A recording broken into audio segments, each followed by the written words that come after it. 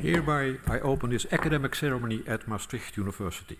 First of all, I would like to welcome Mrs. Samantha Baldi. She will defend her academic thesis in public, and the title of the thesis is On Connecting Dots, From Imaging to Stimulating the Obsessive-Compulsive Brain.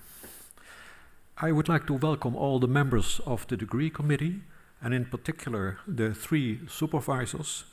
First of all, Professor Koen Schuurs. He is Professor of Mechanisms of Affective Disorders at Maastricht University. Associate Professor Dr. Theresa Schumann. She is Assistant Professor of Psychology and Neuroscience, also at Maastricht University. And the third supervisor is Dr. Lisbeth Goossen. She is Assistant Professor of Neuropsychiatry. I will introduce the 6 opponents later during the ceremony, and I would like to welcome the audience here in the aula and all followers of the live stream. Mrs. Baldi, may I invite you to give a summary of your thesis, and I wish you lots of success in the coming hour. Thanks. The floor is yours. Yes. Highly esteemed prorector, members of the opposition and supervisors, dear family, friends, and colleagues, thank you all for being here today in person or virtually for the defense of my dissertation entitled On Connecting Dots, From Imaging to Stimulating the Obsessive-Compulsive Brain.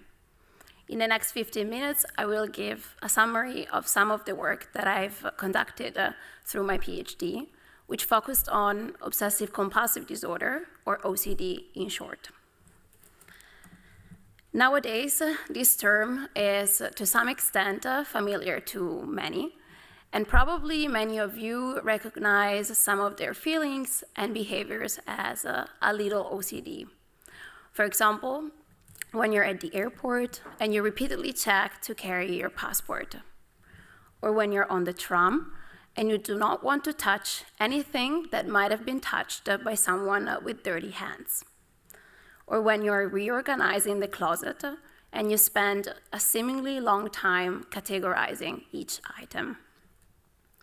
These OCD-like experiences can pertain to the general population, but obsessive-compulsive disorder is a severe and complex psychiatric condition in which individuals spend hours afflicted by intrusive thoughts, images, or impulses, and rigidly performing mental or behavioral rituals in response.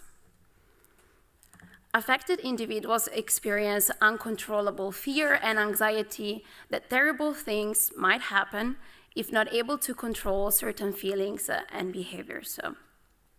In the most severe cases, OCD leaves affected individuals unable to normally function in their environment and proceed with their life. But why do these symptoms arise?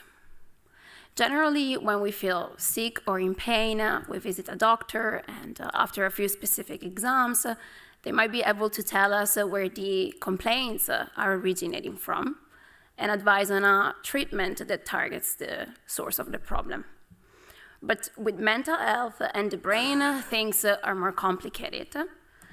The idea of finding one location in the brain where things go wrong and psychiatric symptoms originate has been generally abandoned.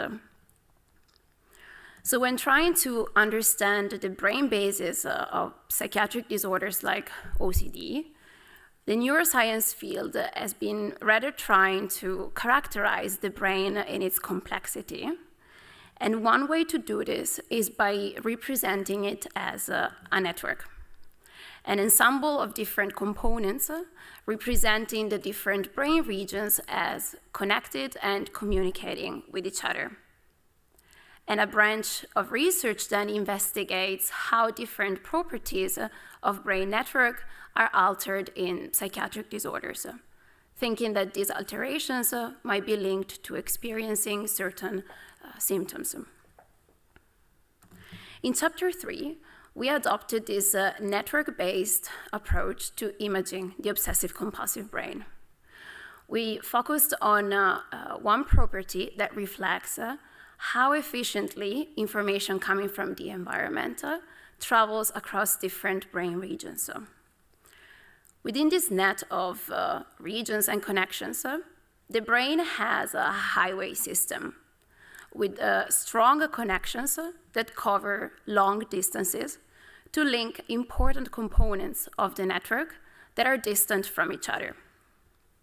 At the same time, the brain also has shorter peripheral connections that rather link a few often neighboring regions. Information coming from the environment that needs to be processed by the brain preferentially travels along the highway, as this allows for fast and efficient communication between different brain regions, in turn leading to efficient thinking and behavior. Now, studies have shown that the brain highway system is disrupted in different psychiatric and neurological conditions. However, what happens in OCD is not entirely clear. So in chapter 3, we looked at the brains of OCD patients and healthy volunteers. Using specific techniques, we reconstructed the connections linking the different brain regions to build a network. And then we compared their brain highway system. The results show that in OCD patients, the brain highway system is disrupted. We could imagine that in OCD, as compared to the healthy brain, not as many resources are allocated to maintain the highways efficient, translating to less connections and weaker connections being established between the important components of the network. On the other hand, we found a tendency to allocate more resources to the periphery of the brain, maybe as a form of compensation for the central highway disruption. We failed to find a link between the highway disruption and the severity of obsessions and compulsions. So it remains to be determined how alterations in the brain highway system are reflected on the thinking and behavior of OCD patients. Let's not forget that obsessions and compulsions are the core symptoms of OCD, but patients experience other kinds of problems, such as lower mood, increased anxiety, or cognitive problems. So how are these symptoms treated? An individual newly diagnosed with OCD starts with cognitive behavioral therapy with or without the addition of medication. And for the majority of patients, these treatments successfully reduce the OCD symptoms. Unfortunately, this is not the case for everyone, and a portion of patients repeatedly fails to improve using these treatments. These patients remain severely ill and then become eligible for non-standard interventions, which are available in the form of brain stimulation. One technique that is used to stimulate the brain is deep brain stimulation, or DBS in short. This is an invasive procedure where at specific locations deep in the brain, electrodes are surgically implanted that are connected to a stimulator that then sends electrical current. 20 years of experience have demonstrated that DBS works in improving OCD symptoms. You can imagine that for someone that essentially has no other option left, the impact of undergoing this procedure can be major.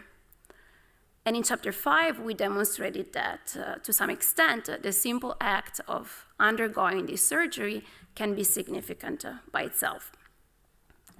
So in DBS studies, the efficacy of DBS is generally assessed in the following way. After surgery, patients undergo a period where the stimulation is switched off, and then a period where the stimulation is switched on. At the end of each period, then you measure the severity of the OCD symptoms and you compare it to how it was before the DBS surgery. And you expect and hope that this reduction is bigger when the stimulation is on compared to when the stimulation is off. After all, when the stimulation is off, you would not expect any therapeutic effect, right? So to answer this question, we summarized what existing DBS studies showed, pulling together individual data from 24 patients that underwent surgery and followed this evaluation procedure. We found that a period where stimulation was off led to a 15% reduction in the severity of OCD symptoms, which can be clinically meaningful, especially in very severe cases. This is generally referred to as a placebo effect, meaning the perceived benefit resulting from the expectation of receiving treatment and not from the treatment itself. And accounting for placebo effects is very important when evaluating the efficacy of a treatment like DBS. However, these results do not undermine the value of DBS, since a 15% reduction is still quite far from being considered as an effective clinical response, which needs to be at least a 35% reduction on OCD symptoms. While this is certainly the primary goal for treatments like DBS for OCD, in Chapter 6, we demonstrated that this is not all. We were here interested in characterizing a wide range of experiences that relate to DBS treatment, beyond changes in obsessions and compulsions. So how we approach this seems quite straightforward. We asked directly OCD patients operated with DBS and some of their relatives about the life changes following surgery. After these interviews, we tried to find commonalities across what patients reported. And we recorded a wide range of both psychological and physical experiences relating to DBS treatment. So for example, many patients reported improvements in their mood, calmer behavior, feeling more self-confident, more sensitive towards different emotions, or more talkative. We also recorded a few negative experiences, such as decreased concentration, memory problems, or bad sleep. Importantly, we tried to find commonalities across patients, but at the same time, we gave space to individual experiences. So we also recorded instances of increased concentration, better sleep, or lower mood, thus highlighting the importance of considering each individual treatment trajectory. And this then leads to a last important question that we asked. So how can we make brain stimulation treatment more centered on individual characteristics? This is what we attempted to do in Chapter 7, where we focused again on brain connectivity, but we moved to another brain stimulation technique, transcranial magnetic stimulation, or TMS in short. Contrary to DBS, TMS is non-invasive. It does not require surgery, nothing penetrates the skull. It places a device externally on the head that stimulates the superficial layers of the brain. As we've seen in our brain, everything is connected. So research has shown that when stimulating a superficial region A, we're actually able to modulate also a connected region B.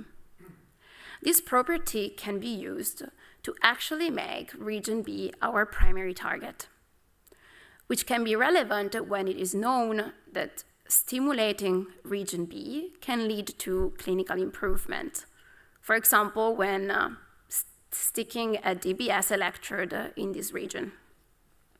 So in this study with healthy volunteers, we tried to access region B non-invasively with TMS by locating a superficial region A that is most strongly connected to region B.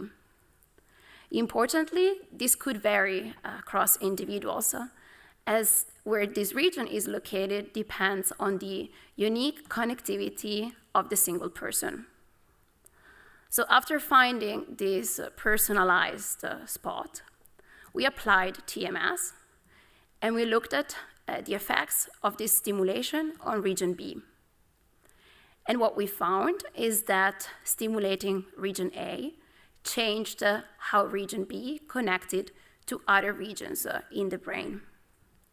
And when looking back to the literature, we've seen that these regions have been repeatedly linked to the brain pathology of OCD patients, thus suggesting that this procedure could be used in OCD patients in the future.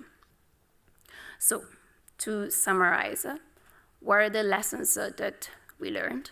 Well, first, the importance of considering more than just obsessions and compulsions, and the importance of considering brain regions in connection with each other when looking at the brain basis of psychiatric disorders like OCD, and we're looking at the effects of brain stimulation.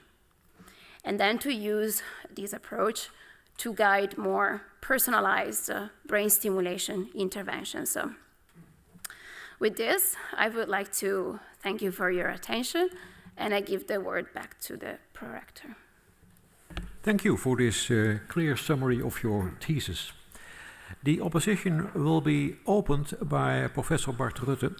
He is professor of psychiatry and at Maastricht University, and is also affiliated with the Maastricht University Medical Center Plus. Professor Rutte. Thank you, Mr. Prorector. Dear candidate, first of all, my compliments for this very creative thesis, which comprises several different methodologies done in a very difficult time period with the COVID era, etc. He used multimodal imaging, clinical data, narrative and qualitative data and experiences, meta-analysis. I was really, really impressed. And I also want to compliment your promotional team, because this is always a team effort in which you are the center person, but this is always done in a team. Next, I want to compliment you for your intellectual capacity and also your way of handling social situations, or your social capacity. And I know that you are really concerned with other people. Now, knowing this, I was a bit struck by, and that's my first objection to this thesis, by your title. And the semantics in the title imply also a bit how some people view people which have mental distress or mental disorder. So I just want to object to your term, the obsessive-compulsive brain, in arguing that is, okay, people have a brain and people suffer from this terrible illness. Yep. So just to start off, and now I'll also introduce the first question, which is also related to my second objection. My second objection relates to chapter 2 and your discussion chapter, and I just want to quote yourself. In chapter 2, you do analysis on the biobank, the UK biobank, and in the discussion chapter, you say that your findings show that neuroticism maps to a decrease in voxel-based whole brain connectivity of widespread regions. So this was a discussion. So this is how you interpret your own data. Well, I would like to contradict that, because you also state in chapter 2, page 33, that you did not find any significant association between any kind of data, multimodal imaging data and variability scores, nor prospective change scores of neuroticism and its subscales, even when using different scales of liberty with statistical significance. So I was wondering, can you explain this contradiction? Yeah. Highly esteemed opponent, thank you very much for your compliments and also your points of issue. From what should I start? Okay, I will start with the second one that you mentioned, as this is more fresh. Yes, so in what I state in the discussion refers to the analysis of resting state data, where we looked at nodal degree, which is a measure that indicates the degree of connectivity of one region, in our case was one voxel, with all other voxels in the brain. So a measure of whole brain connectivity of a single voxel, let's say. And there we did find a significant association with neuroticism, with overlaps between the two subscales, the depression-related and the anxiety-related. What you referred to, which is true, that we didn't find an association when looking at functional connectivity during the emotional processing task. So we ran different types of connectivity analysis. One was based on resting state, and the other one was based on the Hariri emotional phase processing task. And so let me briefly stop here, because this will come back later in the opposition, I think, as well. I just wanted to come back to your statement that you did find a statistical significant association in one of your analyses. Now, I also read that in the beginning, I mean, I consider this as an explorative study, right? So normally you would do a power analysis and then base your study population based on this power calculation, and you didn't do this because you just wanted to explore. But you also did, I think, you had, 5 clinical variables, you had 3 different types of imaging variables, and you state that you correct for multiple testing, but it's probably within each analysis. Now, if you explore something, then it's mostly trying to answer one single question. Now, you are answering, I think, ask yourself in your study. Have you done this, or no? This was not done? No, the multiple comparison correction was based on the number of tests, like a voxel-wise, so at the brain level. But as you mentioned, it was done for each analysis separately. But we didn't correct across imaging modalities, and also the predictors were considered in different models. So we had one model for neuroticism total score, and then different models for anxiety-related and depression-related neuroticism. So that's that's the honest answer to your question. I appreciate very much your honest answer, and I give the word back to the pro-act. I also have one more question. Okay, so based on this, I was wondering, of course, you are a young and talented student, so there's lots of work to be done. What would you consider from your studies as a reasonable design of a new study, knowing now the limited power that you would have? So what would you think would be the next step in addressing these questions? How large would the sample size be based on the effect sizes that you did not find? But are you referring then to the biobank studies specifically, or in general, like others? These types of studies. These types of studies. I mean, you did several different studies, but as a follow-up from chapter 2, what would you consider would be the next step, and what type of groups and sample sizes you would expect that is needed, because that's something that other people can use. And you may give a short answer, please. Short answer. Well, sample size, I think the biobank offers a very large sample size that is difficult to beat. So probably I would investigate a different population, because that's older adults. So I would look earlier in the lifespan, since this is what has been mostly investigated in the context of neuroticism. So we could check whether we can replicate the findings from the literature. That's what I would do next. Very good idea. Many thanks. Give the word back to the provost. Thank you, Professor Rutte. The next opponent is Professor Veerle van der Wallen. She is Professor of Functional Neurosurgery at the Universität zu Köln in Germany. Professor Visser. Thank you, Prorector. Dear candidate, also from my side, my sincere congratulations to you and also your team of promoters and co-promoters. I think your thesis has proved that you are really an out-of-the-box thinker, and I really enjoyed reading it because of your fresh approach to the theme. It was also eye-opening for me. I have a first question related to chapter 5.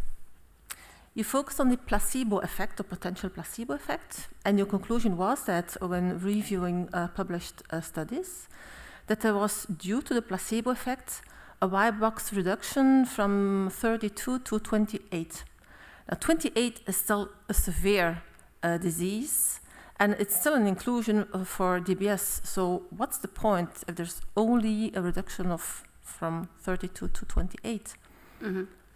Highly esteemed opponent, thank you for your compliments and question.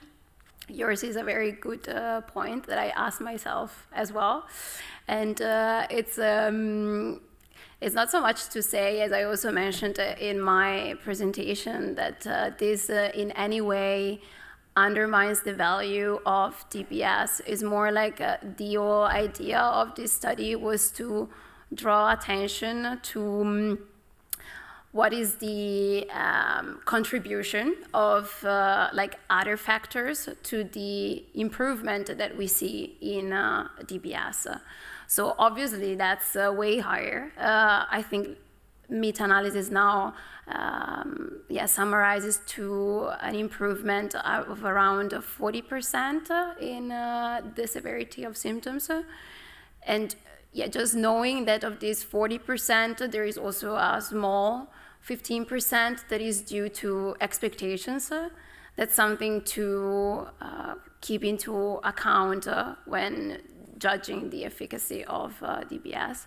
And I think the value is more to maybe stimulate further research into what are the factors that drive such an effect, which could be also harnessed in a positive way, maybe in a clinical context to boost the response of a patient to stimulation, or conversely, like in research studies, trying to be mindful about these factors. So I think that's the main take-home message from the chapter. Okay. You also mentioned that OCD is less prone to placebo effect in comparison to other disorders like depression. So I was wondering then, why didn't you focus on the placebo effect? Mm-hmm. So placebo and nocebo, both groups believe in the treatment. They think that they will be better when getting the treatment.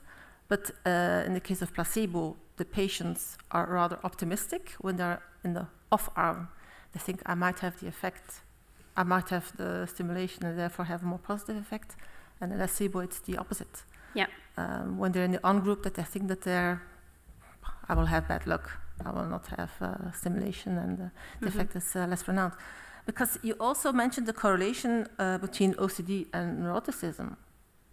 That tends to be more pessimistic. So why didn't you focus on the nocebo effect instead of the placebo effect then? Mm-hmm. I mean, we didn't necessarily refuse to look at it. What we did was to simply look at the change in Y box following a period of stimulation.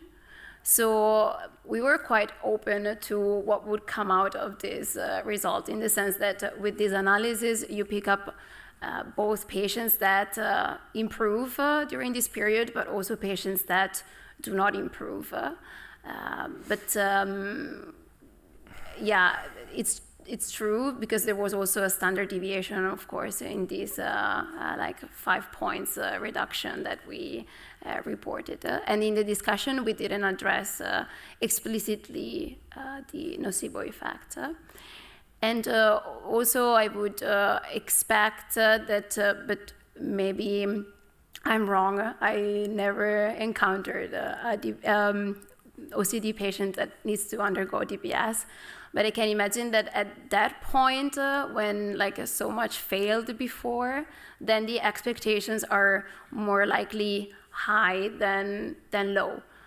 So that's also why, like, naturally we focused more on placebo effects, also based on the positive difference that we found, and not on nocebo effects or placebo effects.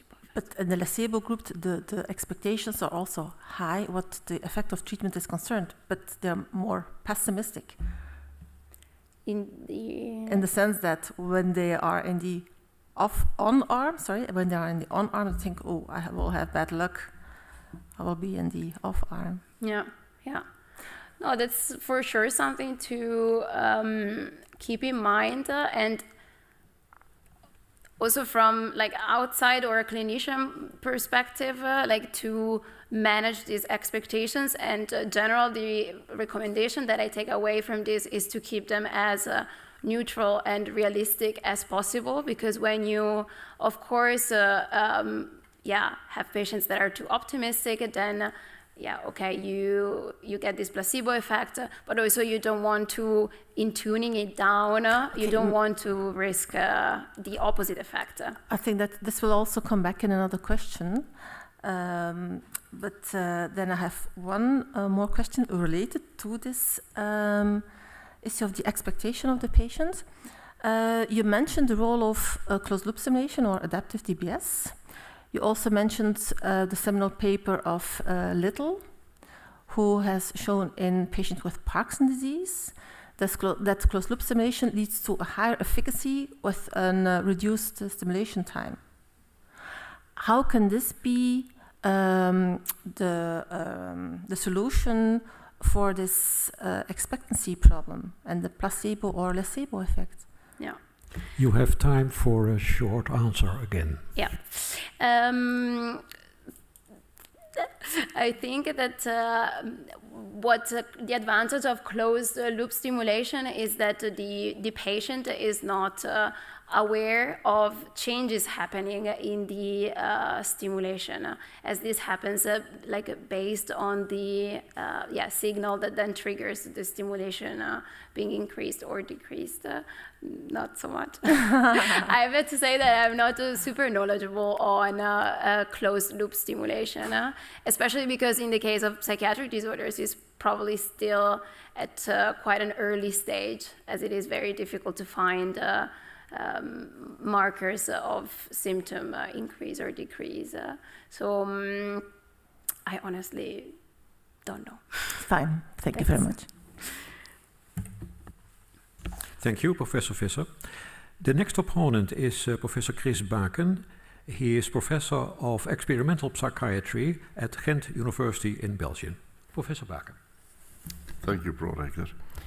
And in line with my colleagues, also congratulations to you for this complex work and also for your team that has worked with you for all these years.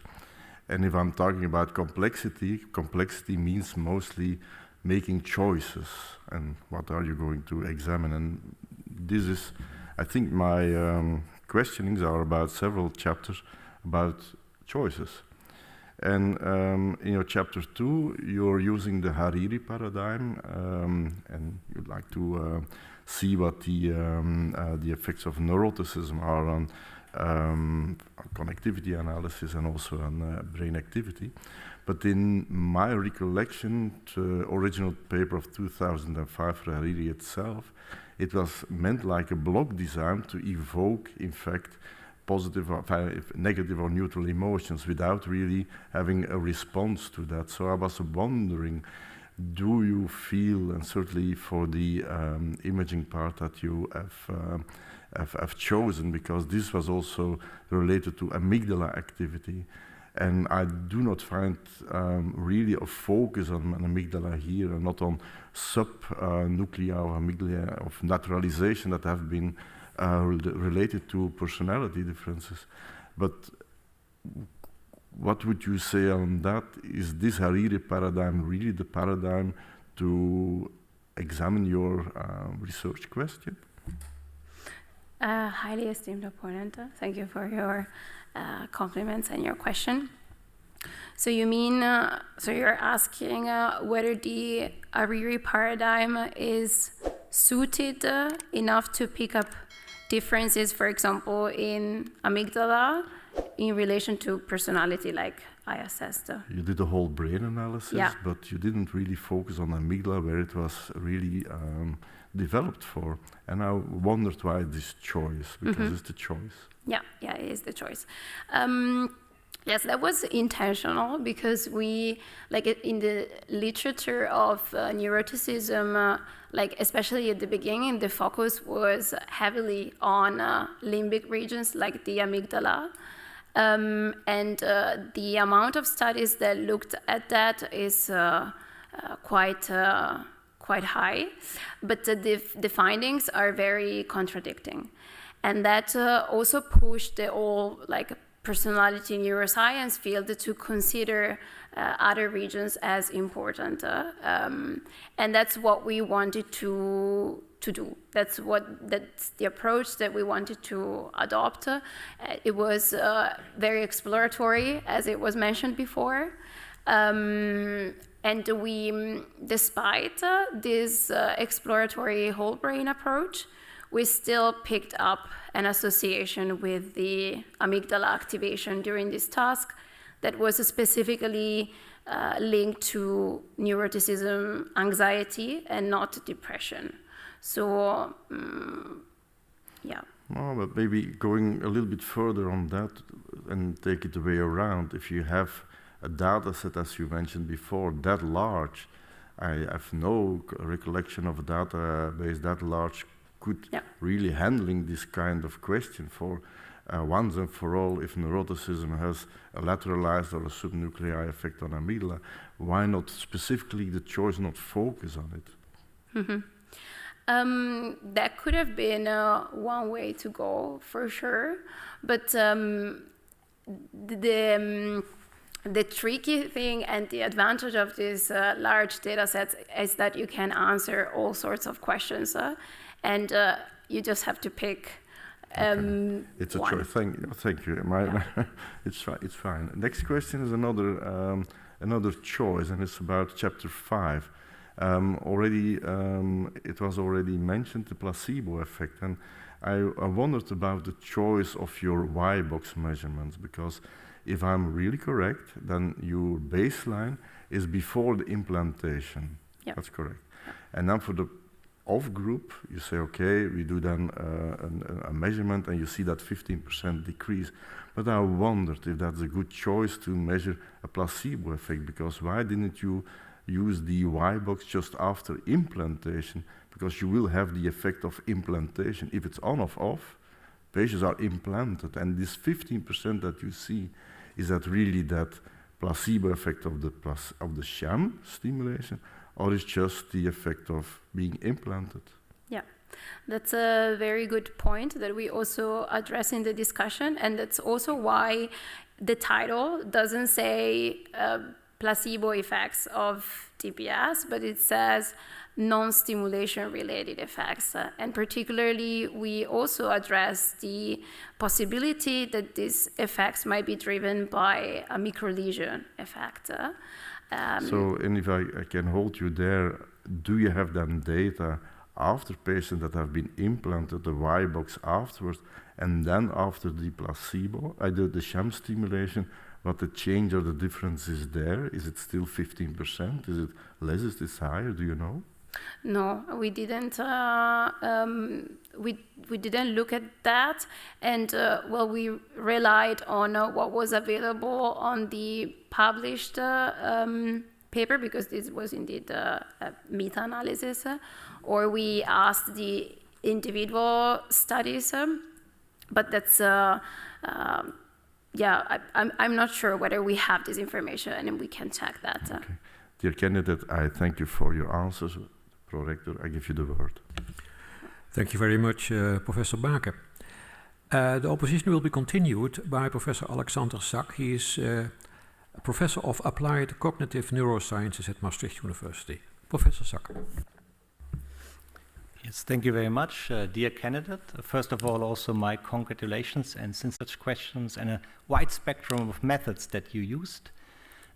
Also, I could really feel almost by reading the thesis the hard work and the many nightmares you must have had by working your way through these chapters. And my congratulations to the supervisor team, of course, by getting you through these nightmares and keeping you motivated to push through. So it's really, really very impressive. And I'm especially impressed by the complexity and the hard work that Chapter 7 must have meant for you. Before I now start to relive together with you this nightmare, maybe, I want to really say chapeau for doing this, hood up. I do it like this. And now let's go to the painful part. Yes. So I was really extremely impressed that you did this, because just to relive this together with you once more, you started in this chapter. So the idea was to have individualized, connectivity-based TMS targets for OCD, based on the deep brain targets that are normally used. So you started with a 7T MRI scan and probabilistic tractography to reconstruct the fiber tracts traversing manually segmented subthalamic nucleus and the nucleus accumbens. Can you just tell me, when doing this practically, what was the hardest challenge for you? How did that work practically? Yeah. Highly esteemed opponent, thank you very much for your compliments and question. Okay, so practically it was already in the preparation phase, so trying to find what would be the best protocol to pursue this task. For example, for the manual segmentation, that would be what is the image that gives you the best contrast. And then for the tractography, okay, how do we make a protocol with like a feasible duration that also gives us enough room for advanced analysis. So that was already a very challenging part that took quite long. And for the tractography specifically, it was the main challenge was to trying to make this the most reliable possible, because with tractography there are many skepticisms and many problems that are recognized to this method, primarily the risk of false positives, and that you cannot really use these reconstructed streamlines for quantitative inferences. So that's something that concerned us, and developing the analysis pipeline that best controls for this risk took quite some time, yes. Let's say. Yeah. So all that pain, all that work, and then you see actually the trend in the literature for doing something following your idea, right? To use TMS that can only have a cortical target, but use this as an entry window to also get to deeper lying structures. They actually don't care about the anatomical connectivity. They use resting state functional connectivity, for example. Why didn't you do resting state functional connectivity to find those targets on the cortex? Yeah, this is really an open question that it's also very interesting to investigate what is best. As you mentioned, in the depression literature, the gray majority uses functional connectivity, and only very recently there was one attempt with structural connectivity. But explicit comparisons are still missing. I recently found some interesting papers that looked at the propagation of the TMS signal to areas that are either functionally or structurally connected to the stimulation target. And there, for example, it was shown that these more remote effects were detectable for cortical sites that were connected via white matter tract to the stimulation target, whereas the functionally connected ones contributed little or less. So there is some maybe preliminary evidence, because the studies are really maybe 1 or 2, that suggest that structural connectivity might be better, but it needs to be explicitly addressed in the context of this connectivity-based selection procedure. You're probably aware that independent from your innovative and visionary approach, TMS is already used therapeutically to treat OCD, and there are some cortical targets. Do you know which are the most common cortical targets for treating OCD? There are 3 that are generally recognized as equally effective, and that's the bilateral DLPFC or right DLPFC, and then the pre-SMA, and there is an FDA-approved protocol for deep TMS over the dorsomedial prefrontal cortex, dorsal anterior cingulate cortex. Yeah. And sometimes also the right orbital frontal cortex is considered. That as well. That's very good. The individual targets that you found based on your approach, are they in the vicinity? Are they overlapping with what is already done in the practice or not? They are, to some extent, or they belong to the same circuitry. So this is quite comforting in the sense that it gives a bit more certainty and reliability to the data-driven method that we used, and at the same time stimulates a very important question, which is then another explicit comparison that needs to be done between these data-driven individualized targets and a standard target that is already used. Is there like a reason to go through this painful process or not? And then it might be just better to use a standard target. So I guess I'm out of time, is that? You may, if you have a short question. Yeah, a short question that maybe is, because that interests me what you think about this. So this is the big question, right? Whether this individualized approach is really necessary, right? And you went through all this pain and you find these targets, but they're more or less overlap with what's already done in the practice based on one size fits all. Yeah. But you have the variability between your, 9 subjects of these dots, Yep. What in terms of millimeters or centimeters, how far are these individual dots apart? And does it cover the spatial resolution of TMS, or would you say, well, they are so close to each other. In essence, if you take a certain figure of 8 coil or so of TMS, then you're good either way. You don't need an individualized approach. What is your gut feeling at the moment? Well, we used 2 targets, and one target, the frontal one, there the intersubject variability was low. They all converged basically on the same spot. Okay. So there probably I would say, it's maybe doesn't make a difference. But for the other target, the more precentrally located one, there was more variability. We had some subjects with a spot on the precentral gyrus, other the postcentral gyrus, and a few more frontal, like a pre-SMA, SMA. So there is some variability, and all these regions critically participate in the sensory motor circuit.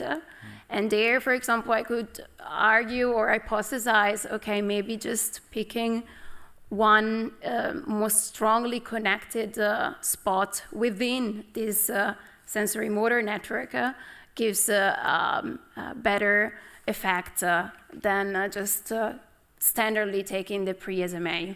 Yeah, that would be your next study then. Yes. Yeah. Thank you very much. I give the word back to the prorector. Thank you, Professor Sack. The next opponent is Dr. Pieter Kubbe.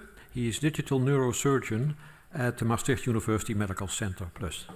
Dr. Kubbe. Thank you, Mr. Prorector. Dear candidate, impressive work, and a lot of sections in your thesis make me smile, because I think it's good, and as usual we share the compliments for the smiles not only with the candidate but also with the supervisory team. Although, as with any thesis, also a few sections make me slightly cry. And when responding to my tears, you're on your own. You achieved already in Make Me Cry at page 12, but most of my tears were shed at the end of your thesis, so I want to start questioning on page 159, chapter 7. Yeah. The title of the thesis is On Connecting Dots. And what struck me when reading chapter 7, in particular page 159, you still refer to dots as your targets. Whereas if you connect dots, I would say it makes sense to also start looking at the connections. My background is a neurosurgeon, I do the DBS. And in increasing amount of procedures, we start actually stimulating targets instead of the nuclei, instead of the dots. So we stimulate the connections. Yep. Why aren't you looking at them? Why did you stop when you connect the dots, but you still keep looking at the dots? Yeah. Esteemed opponent, thank you for your compliments and your question. That's a very good point. I think with DBS, you have maybe more flexibility to or possibility to directly target attract. I know that in the field of invasive brain stimulation, that's really where the direction that is being taken. With TMS, I'm not so sure that that's already the case. There, the focus, or at least in OCD, is still on dots. No, I'm going to interrupt you. For TMS, I totally understand. That makes sense. Yeah. Because you won't be able to get so deep. But you also have chapters and parts on DBS in your thesis. Mm-hmm. And also in the DBS-related content, I don't see any reference to this option. Yeah. So why not? Yeah. I don't know why I didn't include it, to be honest, but I think because in general, like the overall aim, or at least what we tried most, is personalized, non-invasive brain stimulation, and that's why. But for example, this idea of common tracks also guided in a way the approach in chapter 7 for finding a dot, in the sense that we picked one stimulation that was connected to both SDN and nucleus accumbens based on the findings that this common tract, when modulated with DBS, might lead to clinical improvement. Okay. I think for this question that's enough. I mean, in case you share my tears, I saw your supervisor has tissues, but otherwise I think at least I triggered a thought. I'm going to continue on page 207 in the impact paragraph. Yeah. Because the final sentences looks to me like a quite generic copy and paste, and if I replace the final part of the sentence to something else for another thesis, I could perfectly reuse the whole paragraph, which is not exactly describing the impact of your work. And particularly referring back to chapter 6, what you also mentioned in your presentation, you have the personalized approach. You see that you have contradictory findings in different patients. So I was relating these two in my head. So how, as a neurosurgeon, how could I benefit from your work and actually increase the impact of what you did without this generic copy and paste? Could we move forward more to this personalized approach, and could we predict the outcome, the results, and individualize patients upfront before we stick an electrode 7 centimeters deep? Yeah. I think that the whole thesis mostly gives food for thoughts and future research. And the old chapters were framed in the context of personalized brain stimulation, but they don't offer clear immediate applications, especially for deep brain stimulation. No, I do agree with that. It's not immediate because this is fundamental work and you need to build further upon it. But even then, it's fairly, the impact paragraph is there with a reason, and I think a very important reason, because you need to think how can your work transcend to society. And just saying we did something, we published it, so now society can benefit, I think that's way too easy, and then you're avoiding responsibility.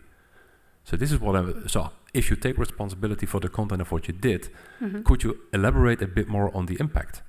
Yeah. Longer or shortly, depending on what the prorector thinks. Yes, sure. As I said, the impact, I think it's mostly to stimulate further work. Like, for example, what you mentioned with how can this be useful for me as neurosurgeon?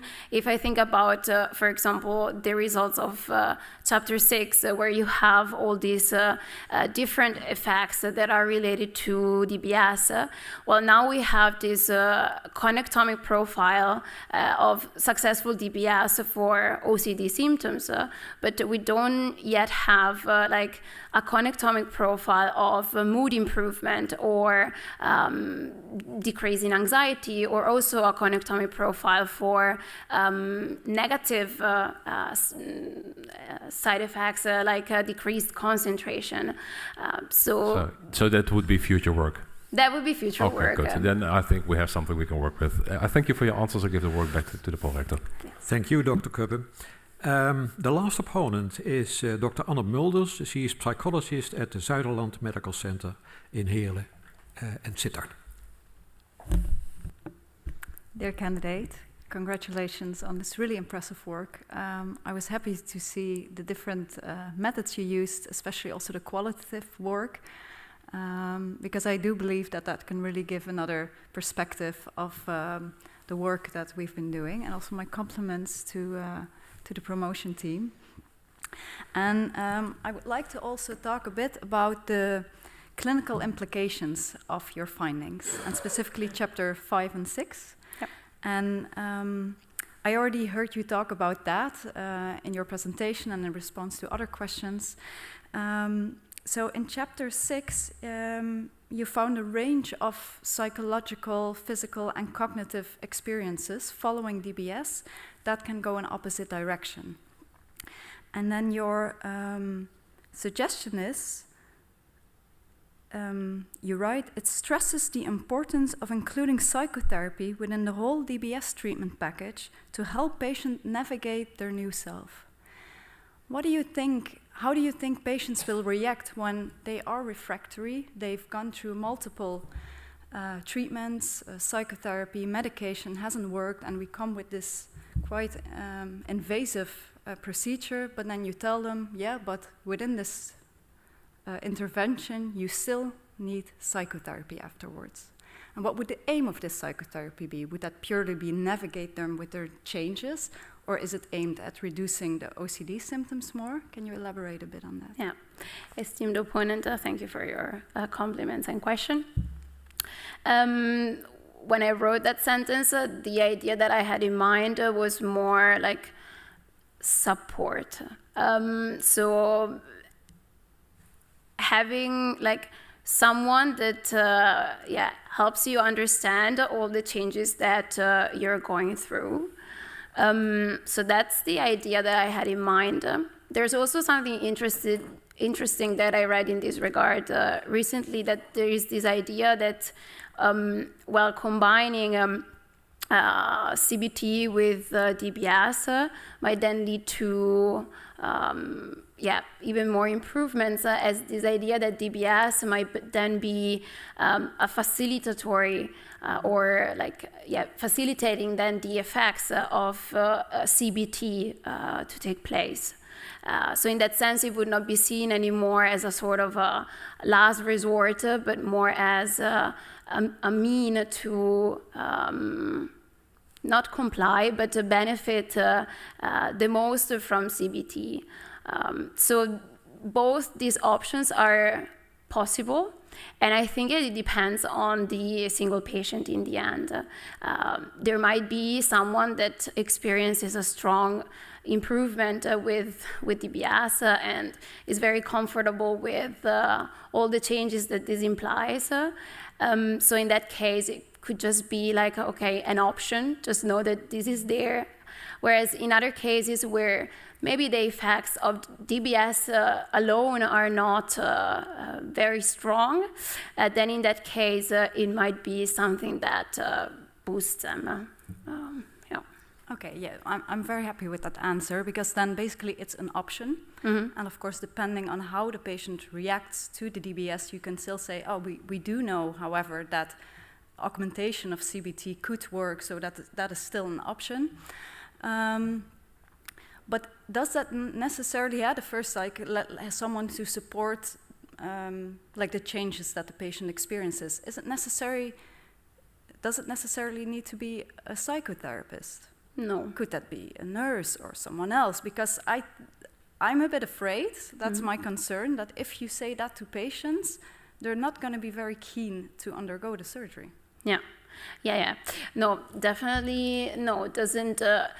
As I mentioned just before, it depends on the need of the patient. If it's more like providing support and understanding, not to say that like a family member can substitute a professional, of course, but also having like a social system that's also can be equally important, as also the effect of family support on the severity of symptoms across different circumstances has been shown. So that's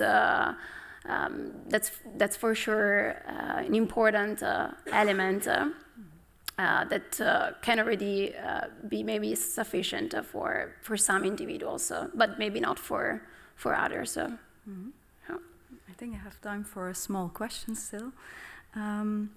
You also said this wide range, knowledge about this wide range of experiences after DBS can be used to increase shared decision making. Yep.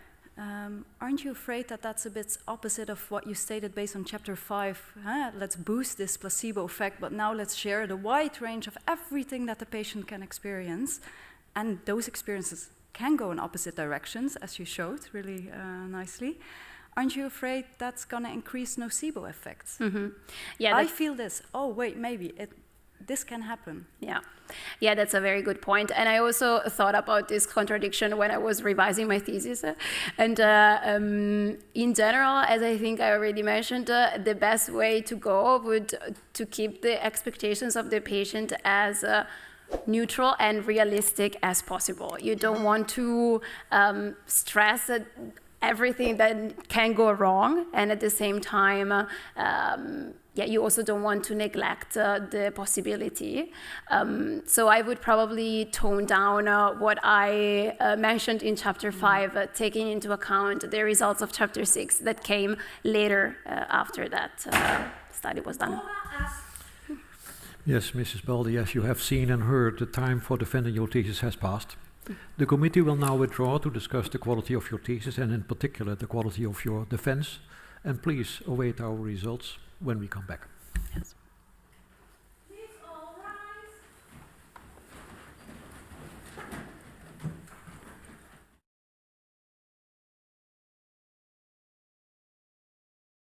The PhD defense has now ended. The degree committee will debate the candidate's performance behind closed doors. This process usually takes about 10 minutes.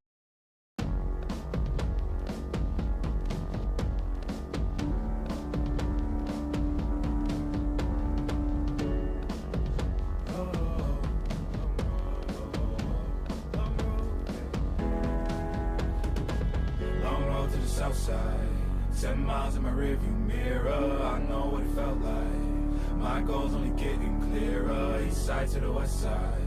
No place like home, if it's questions that you've got, go the extra mile and die.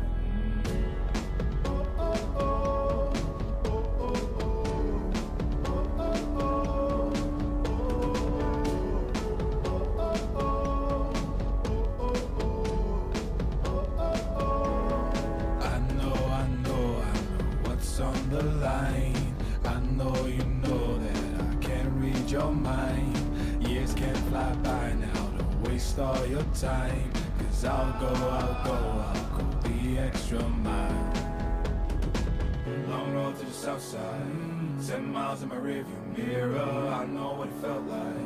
My goal's only getting clearer, east side to the west side. No place like home, if it's questions that you've got, go the extra mile and die. On the dash, got my laces tied. Long road, I don't waste no time. Break rules because fate decides. With the team and we chase the light. I make a move, fall down, shake it off. I hate to lose, bad branch, break it off. No room for negativity, praise and love. Prepare for deep part cause we're taking off. Take the mileage, traveling so far from home. Gathering knowledge, other connections. I put the time in to get everything I ever hoped for. It's a challenge and we all in, it's a better future that we go for. And even though these nights seem long, I know that I am never on my own. Know you won the battle once you grow.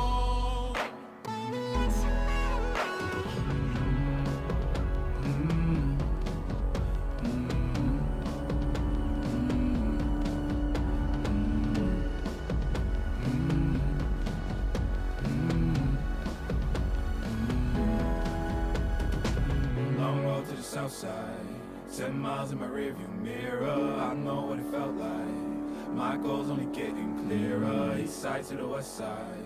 No place like home. If it's questions that you've got, go the extra mile and not. Long road to the south side. 10 miles in my rearview mirror. I know what it felt like. My goals only getting clearer. East side to the west side. No place like home. If it's questions that you've got, go the extra mile and not.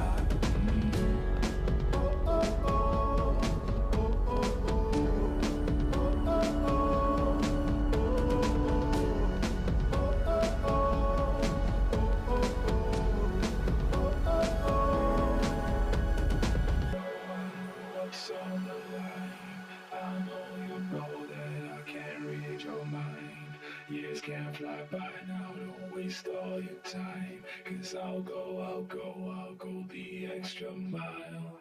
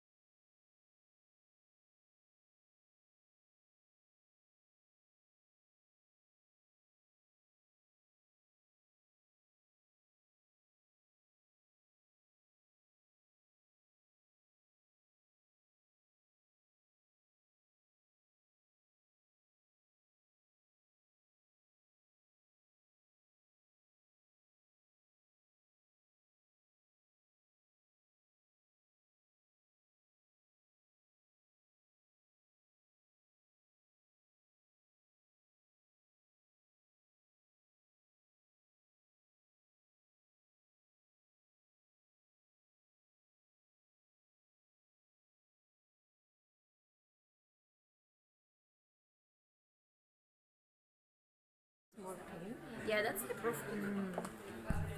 Look at how different it is from the actual. So imagine how stressed I was when I saw this. It is super different. I mean, suppose for you. Oh shit.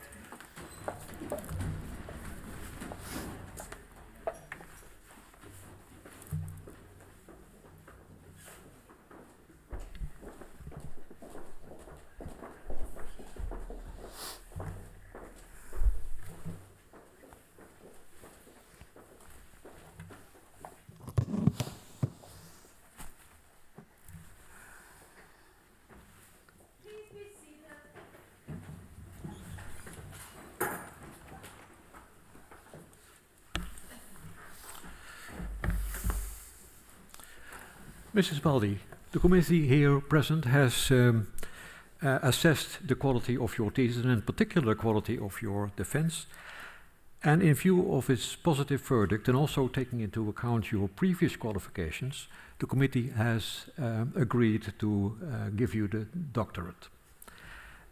Professor Schuurs is authorized to confer upon you this academic distinction in accordance with Dutch university custom and law. And I invite now your supervisor to take the floor. Professor Schuurs. Please all rise.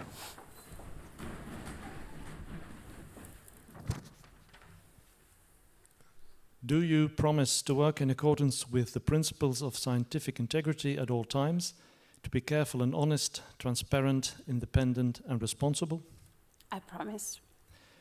By the authority vested in us by law and in conformity with the decision of the committee here present, I hereby confer upon you, Samantha Baldi, the degree of doctor and grant you all rights attached by custom and law. As evidence of this, I now present you with the degree certificate signed by the rector, the secretary, and the other members of the committee and affixed with the official seal of the university.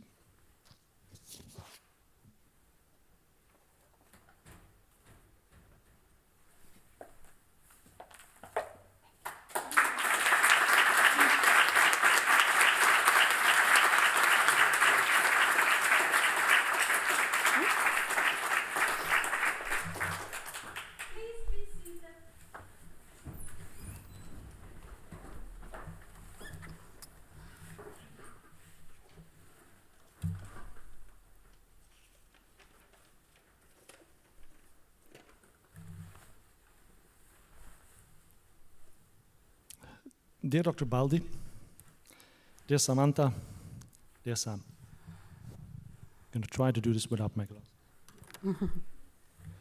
It is what it is. A PhD. What a journey it has been.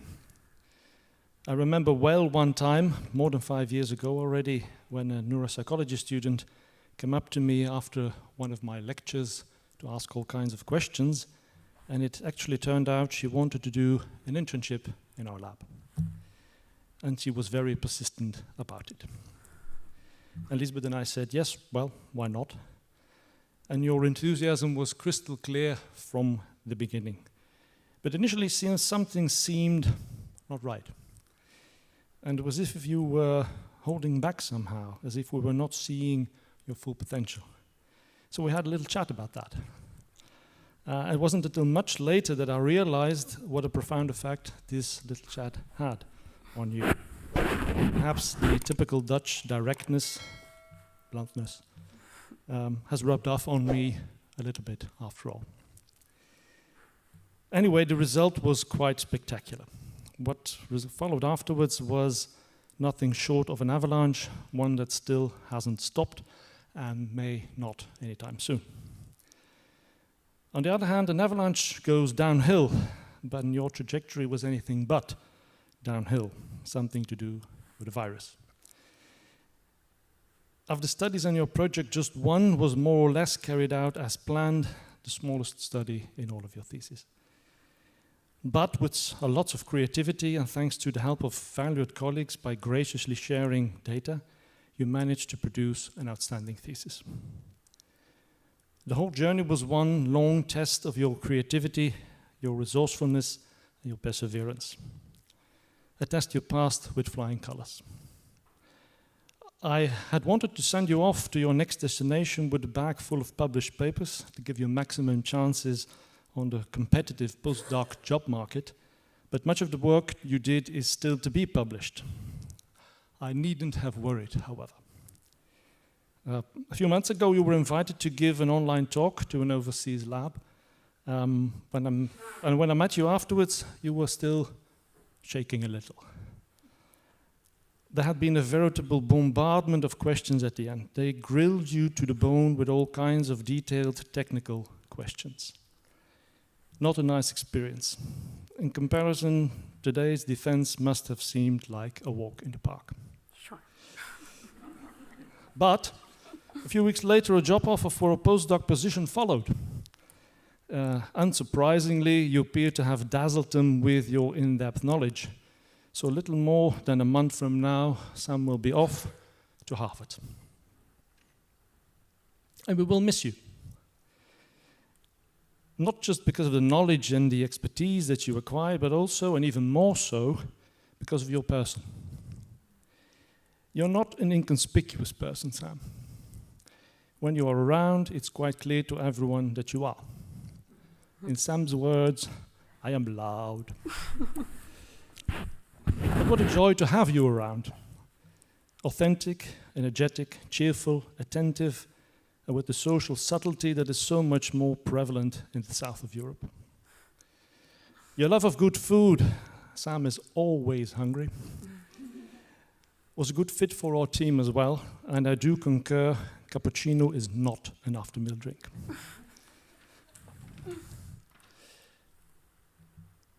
Prima di dare la parola al mio collega Lisbeth, voglio anche congratularmi alla tua famiglia, a Stefano, ai tuoi genitori, alla tua sorella Veronica e soprattutto alla nonna.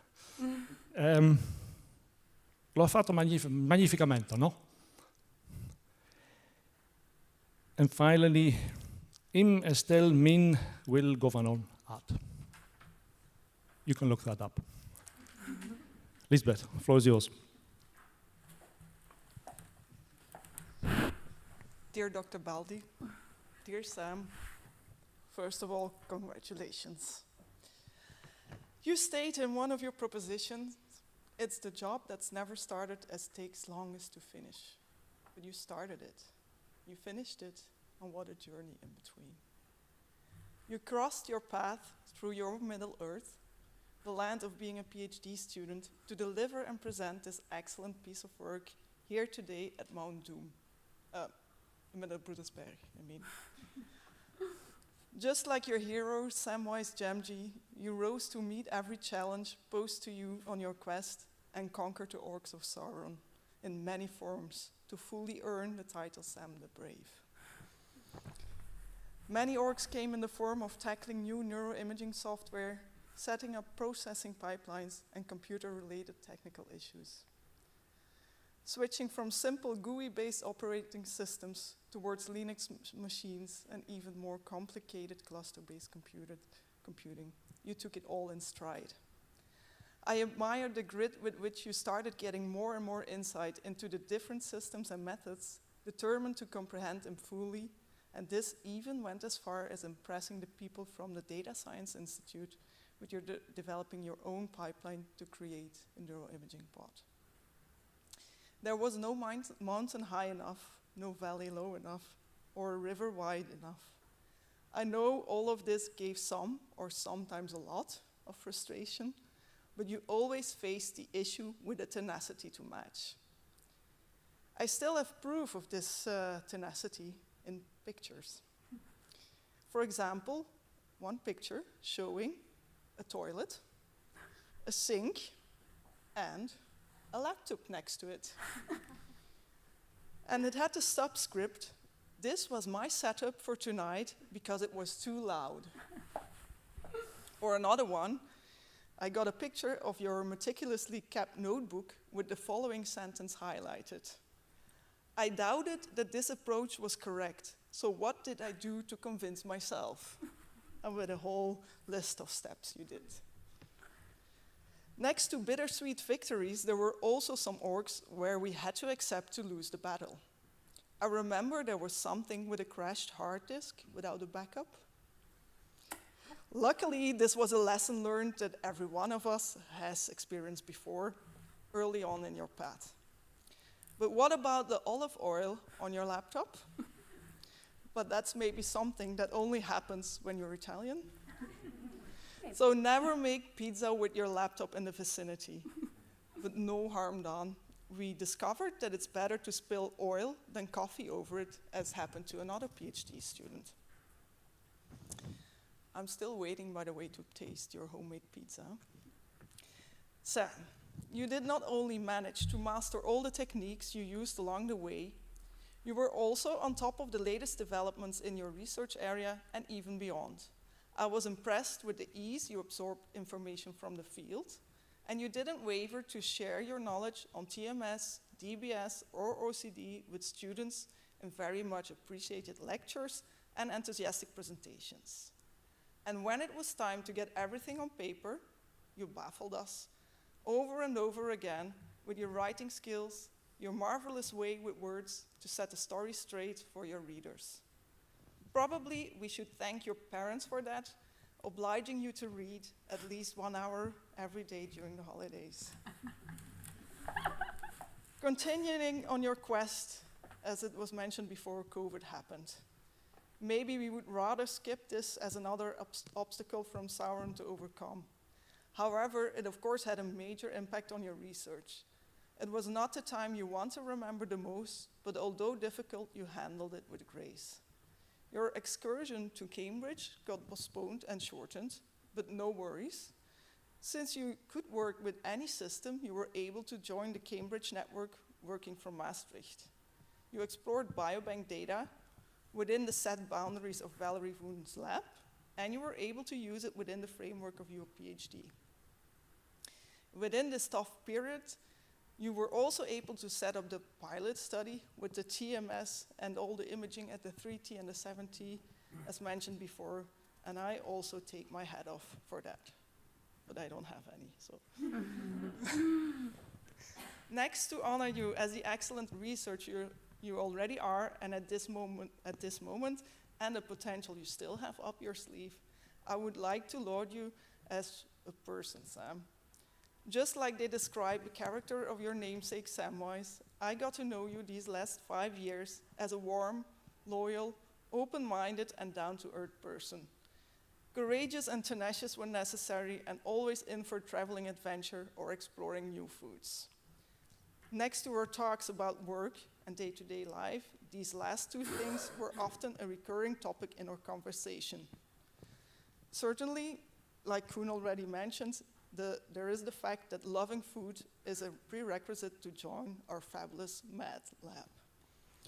Besides the classic discussions whether to put fruit on your pizza or not, or have a cappuccino after your dinner or not, which I am willing to agree with you, I will not waver on stating that chocolate al arancia is the best ice cream flavor.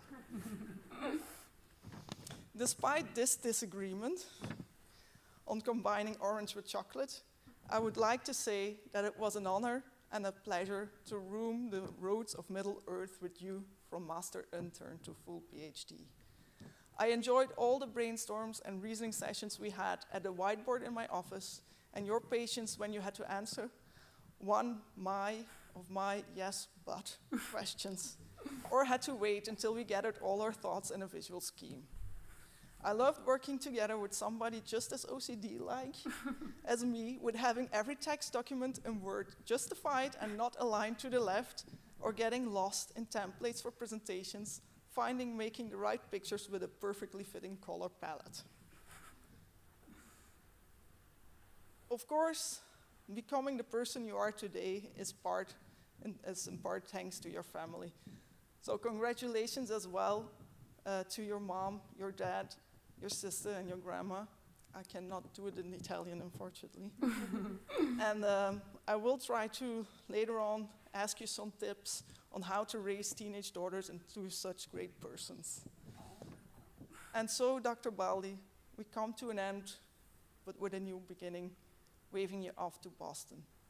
Thanks, Sam, for being you, and the best of luck in all your future endeavors. And remember, Whatever you are in need for parsley, you know where to find me. And with this, I give the word back to the prorector.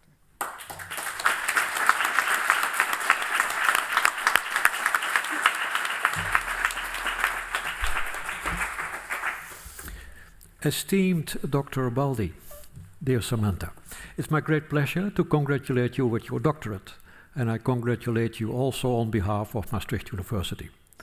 And I would like to share some impressions of the committee with you. Well, what we have seen is a very clear presentation, and also clear, I think, for a general audience. And your thesis, we are quite impressed. It's a good thesis, studied from various viewpoints, and it's a complex subject. And we were particularly impressed by the quality, the quantity, and the variety. Your defense was we are very satisfied about that. Honest and open, and you answered our questions very well. So that was great. I would like to congratulate not only you, but also your 3 supervisors, Professor Koen Schuurs, Dr. Teresa Schumann, and Dr. Liesbeth Goossens. Congratulations with the result that we have seen in the form of this good thesis, good studies, and good publications. Congratulations again. And of course, I would like to include to my congratulations, I will not do that in Italian, but I congratulate your parents, your grandma, your partner, and other members of the family, and all the ones who are looking at the live stream. And I would like to congratulate also your colleagues and all those who have contributed to the studies and to invite the making of your thesis. And I would also like to thank the degree committee and the assessment committee, and I think that almost all members are present here. Thank you very much for your input, for your critical reading, and in particular I would like to thank the external members of the committee. Thank you for coming. Maastricht University appreciates your contributions. Before I close this academic ceremony, I would like to ask you to remain a little while in the aula here. We will first, when we are going out, we will take a picture in the hall, on the stairs as usual. And I would like to ask you then to go to the rafter, and I think that the beadle will show you where to go. It's quite close by, and we will meet again at the reception. And hereby I close this academic ceremony.